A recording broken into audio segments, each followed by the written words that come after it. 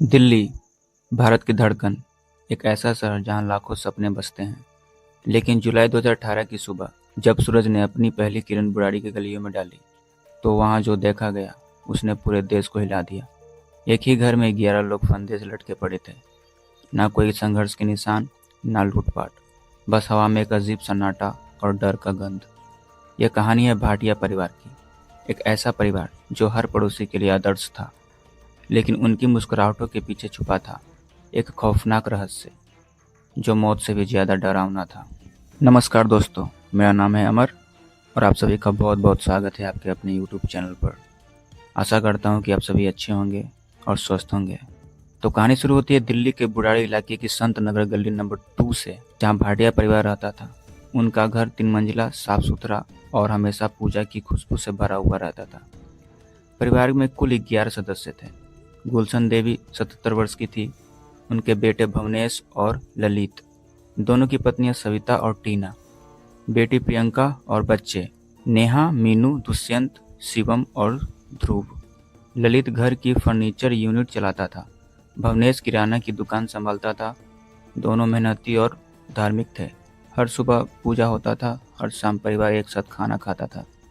किसी को क्या मालूम, यह एक खुशहाल परिवार की परछाई के नीचे एक अनदेखा साया पल रहा था। 2007 में इस परिवार पर एक बहुत बड़ी विपत्ति आई थी।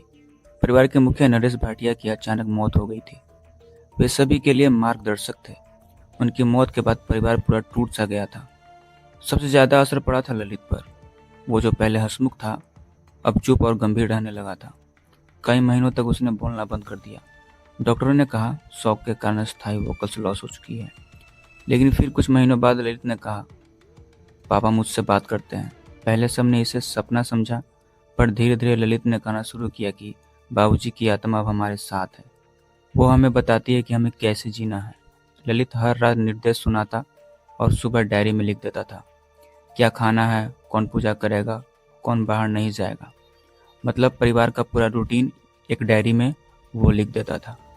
धीरे धीरे परिवार ने ललित पर भरोसा करना शुरू कर दिया, क्योंकि उसके कहे अनुसार जो भी कुछ हो रहा था घर में, सब ठीक होता था। मतलब बीमारी ठीक हो जाती थी, दुकान में लाभ बढ़ता था। एक तरह से कहें तो परिवार पूरा आंख बंद करके ललित पर भरोसा करने लगा था। 2018 में जब पुलिस ने घर की तलाशी ली, तो उन्हें 11 डायरियां मिली। हर डायरी में अजीब अजीब बातें लिखी थी, जैसे किसी ट्रेनिंग शेड्यूल हो। कुछ पन्नों में लिखा था, आत्मा शुद्ध होगी जब सब मिलकर साधना करेंगे। जब सही समय आएगा, सबको एक साथ ऊपर उठना है। कुछ पन्नों में प्रैक्टिस का जिक्र था, आज प्रैक्टिस किया जाएगा, सब तैयार रहें, कल सब एक साथ खड़े रहेंगे, डरना नहीं है। ललित कहता था, पापा कहते हैं अगर हम लोग ऐसा करेंगे तो हमें मोक्ष की प्राप्ति होगी, हमारा परिवार फिर से एक नई जिंदगी पाएगा। और धीरे धीरे पूरा परिवार इस जाल में फंसता चला जाता है। मोक्ष की प्राप्ति के लिए फिर वो रात आती है, 1 जुलाई 2018 की रात। वो रात उनकी आखिरी रात थी। बाहर बारिश की बूंदें गिर रही थी। घर में हर कोई पूजा में व्यस्त था। डायरी में लिखा था, आज बाबा जी प्रसन्न हैं, आज का दिन विशेष है, कल सुबह हम सब एक साथ मिलेंगे, डरना नहीं है, सब ठीक होगा। भवनेश ने रात 10 बजे दुकान बंद किया। ललित ने परिवार को कहा, आज बाबूजी आएंगे, हमें एक साथ रहना है, आंखों पर पट्टी बांधनी है ताकि डर न लगे। सबने खाना खाया, पूजा की और अपने अपने स्थान पर चले गए। डायरी में लिखा था, हाथ बांध लेना ताकि आखिरी क्षणों में कोई पीछे न हटे। सबकी आंखों पर पट्टी बांध देना। परिवार को लगता था वे आत्मिक अभ्यास कर रहे हैं, पर असल में वे अपनी हाथों से अपनी मौत को बुन रहे थे। रात के लगभग 1:30 बजे गली में सन्नाटा छा जाता है। घर के अंदर धीमी धीमी आवाजों में बातचीत हो रही थी।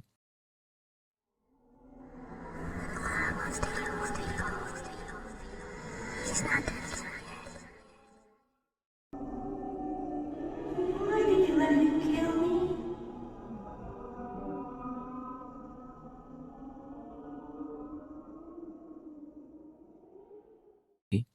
ऊपर कमरे में रस्सियां और पाइप पहले से लगे हुए थे।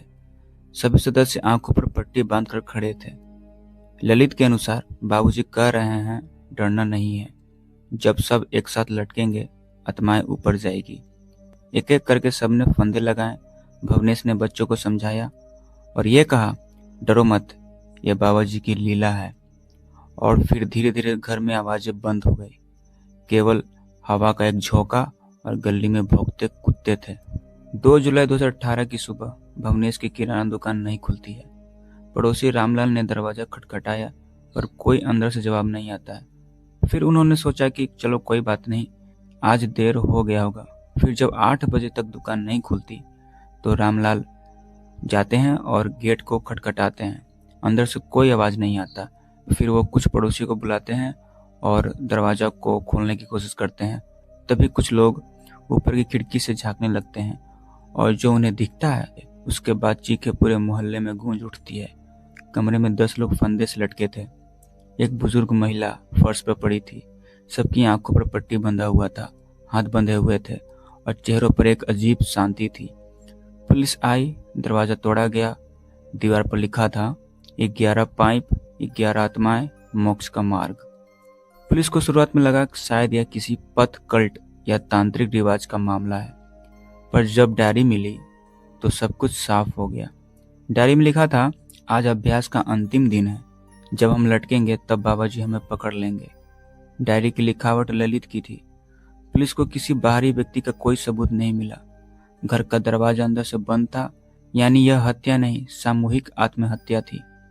मनोवैज्ञानिकों ने इस इंसिडेंट को कहा फॉली ए फैमिली, यानी एक व्यक्ति का भ्रम जो पूरे परिवार में फैल जाए।